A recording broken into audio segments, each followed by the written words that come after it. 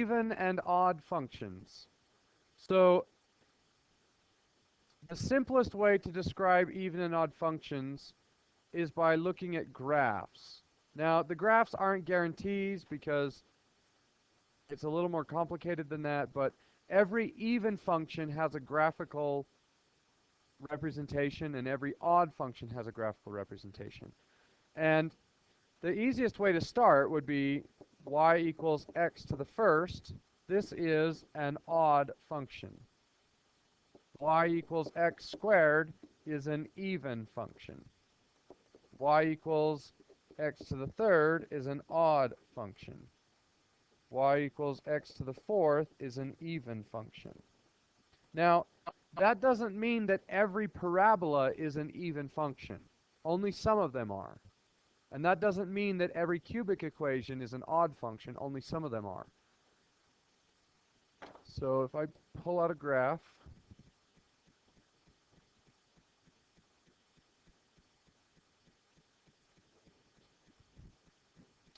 so y equals x to the first looks like this.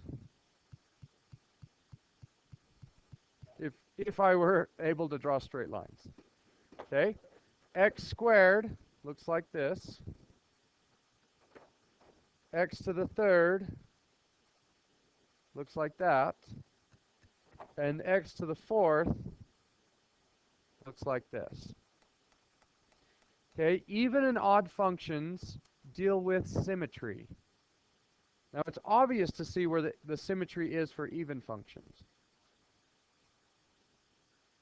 The y-axis. So even means symmetric across the y-axis. So if the y-axis splits a function into two identical parts, it's an even function. So are all parabolas even functions? No. Yeah, if it's slightly to the right or to the left, it is not an even function. It has an even exponent for its degree, but it's not an even function because the y-axis does not divide it into two parts. Well, what sort of quadratic equations are even functions? And they're quadratics that are missing the middle term. So if I had x squared plus 3, that's just going to look like this, right? If I had negative x squared minus 1, that's going to look like this. That middle term is what shifts the parabola to the right or to the left. If it has a middle term, it is not an even function. Well, I'll show you another way to verify it. Okay. All right. So do you notice any symmetry about the odd functions? So let me get rid of the parabola and the x to the fourth. And this symmetry is really strange. I don't think you've ever considered this before. Can you reflect those and make it land on itself? The line you can. Okay? But you can't reflect that cubic. If I went like this and tried to reflect it, it would just look like that. So that doesn't quite work. Rotation would work. Does that? You might actually be able to. I don't know. We'll look into it. So the symmetry for an odd function is called symmetric about the origin, which means the origin is the reflection point. It's not a line. It's a reflection point. So you take any point. So let's take this one. You measure its distance straight to the origin, and then you duplicate that over the origin. Does that make sense? So no two points are headed in the same direction. This point is going to head to there. So you're used to reflecting across a line, but if you reflect across the origin, a single point, then it's symmetric about the origin. Now that's a lot harder to see on a graph, but you can. So if I had something like this, is that symmetric about the origin? Well, you take any point, you go to the origin, and then you continue that same distance.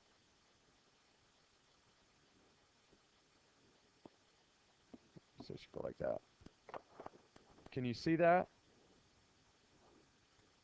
So that's kind of a really weird reflection because everything's going in a different direction.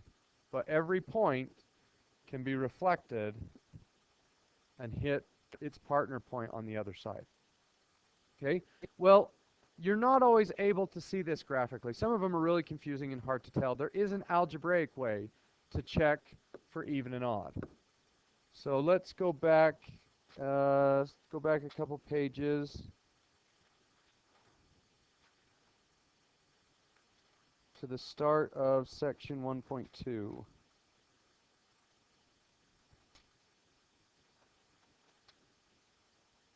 Okay, so I'm on page 160. Nope.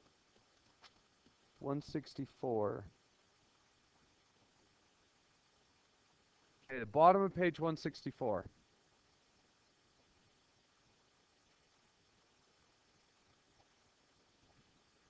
So an even function is symmetric with respect to the y-axis, also known as the vertical axis, and an odd function is symmetric with respect to the origin.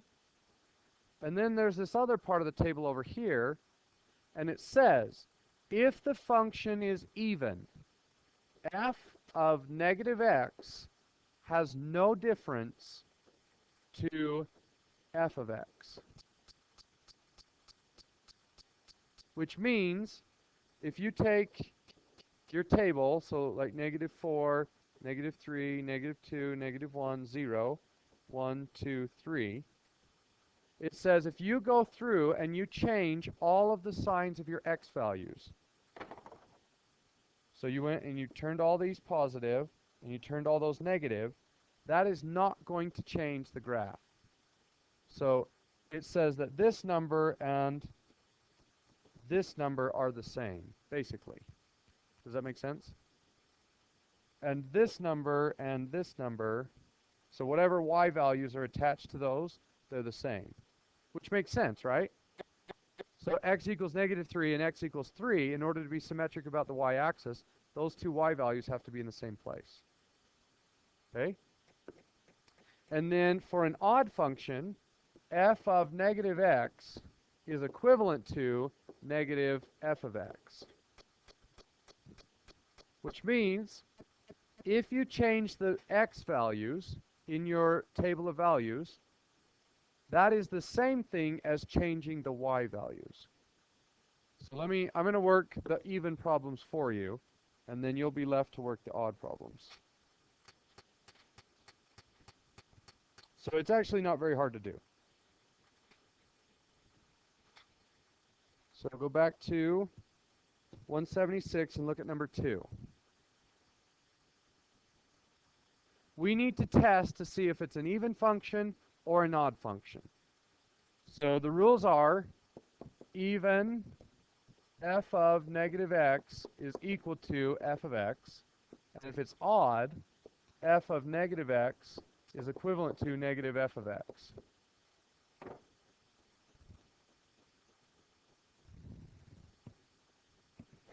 Okay, so number 2. I need to test g, oops, that's not a g. I'll show you. So g of -x. I'm going to go through and I'm going to replace x with -x. So 2 times -x to the 4th plus 3 times -x to the 3rd. Well, what is -x to the 4th?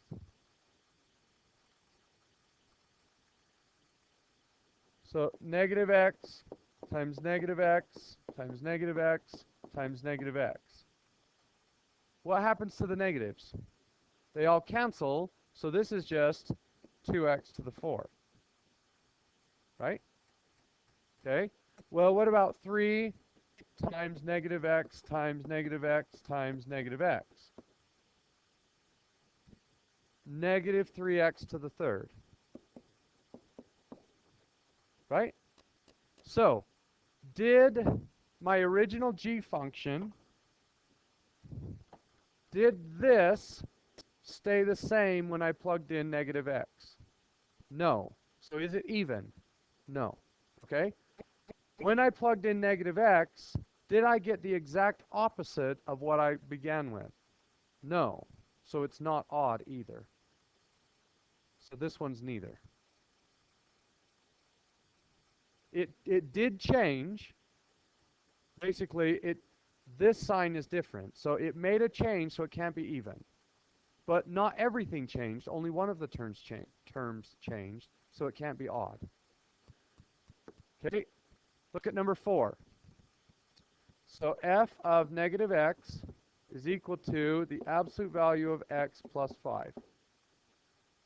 Can we change the absolute value of x? The absolute value of x is also known as, the absolute value of negative x is also known as the absolute value of x, right? So if I had the absolute value of 5, is that any different than the absolute value of negative 5? No. If I had the absolute value of negative 5, is that any different than the absolute value of 5? No. So this can be rewritten as the absolute value of x plus 5. Is this the original function? Yes, therefore it is even. Which, if you graph it, oh, dang it. I just did number 5 for you, sorry. So that graph is symmetric about the y-axis. All right, number 6. The absolute value of negative x plus negative x squared. What is the absolute value of negative x? The absolute value of x, right? So that is the absolute value of x plus what is negative x times negative x? X squared, is this the original function? Yes, therefore it is even. Okay, take a look at number 8. So this is the absolute value of negative x times negative x times negative x. 3 negatives make negative x to the third. But I take the absolute value of that, which is going to get rid of the negative. So is that equal to the original? Yes, so this is even. Which is kind of weird, right? So the normal x to the third graph looks like this. But if I get rid of all the negative y values, then it starts to look like a parabola. So it's even. Okay. Number 10. So number 10, the absolute value of negative t plus 2.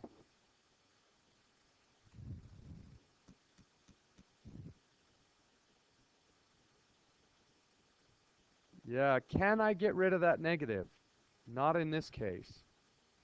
Because we're going to change t and then add 2. So if I had 4 plus 2, is that equivalent to negative 4 plus 2? No, those are different. So this one did not stay the same. Did it change the sign out front? No. So this is even. Or sorry, neither. Thank you. Neither. All right, number 13. The square root of negative x squared minus x. So the squared is going to kill this negative. So x squared minus x, is that equivalent to the original? No. Is that the same as just changing the sign out front? Negative square root of x squared plus x. No. So this one would be neither. And let's look at 15. 16. Sorry, I almost did it for you. No, I want to do 15. Because we haven't really had an odd yet. So 15. 1 over negative x plus 3. I don't want to do that one either.